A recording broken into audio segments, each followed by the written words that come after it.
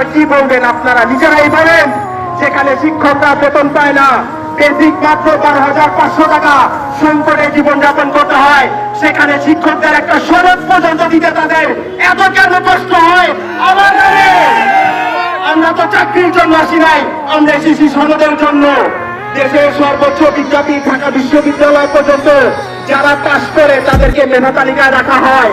এরপর যদি আপনি যোগ্য হন তাহলে আপনি চান্স পাবেন, না হলে পাবেন না। যেখানে সিট থাকে 1,1200, পরীক্ষায় উত্তীর্ণ হয় 5,000।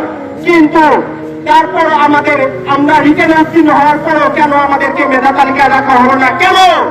এর জবাব কি? আমরা যদি মেধা তালিকায় কম হই আমরা চাকরি পাবো না, আমরা সনদ পুড়িয়ে খাবো, সেটা আমাদের ব্যাপার। কিন্তু আপনারা আমাদেরকে সনদ কেন দিবেন না? আজকে এসেছি সনদ দিতে, আজকে এই সনদ দিয়ে যাব। আমরা কালকের জন্য আর অপেক্ষা করবো না। এনটিআরসি কে বলবো, আপনারা আজকে এই সিদ্ধান্ত নেন, আমাদের কি সনদ দিবেন নাকি দিবেন না? যদি না দেন এটার জবাবদিহি আজকেই আপনাদের করতে হবে, আজকেই আমাদের ফলাফল প্রকাশ করতে হবে।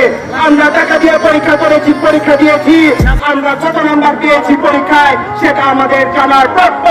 এই অধিকার আমাদের আছে।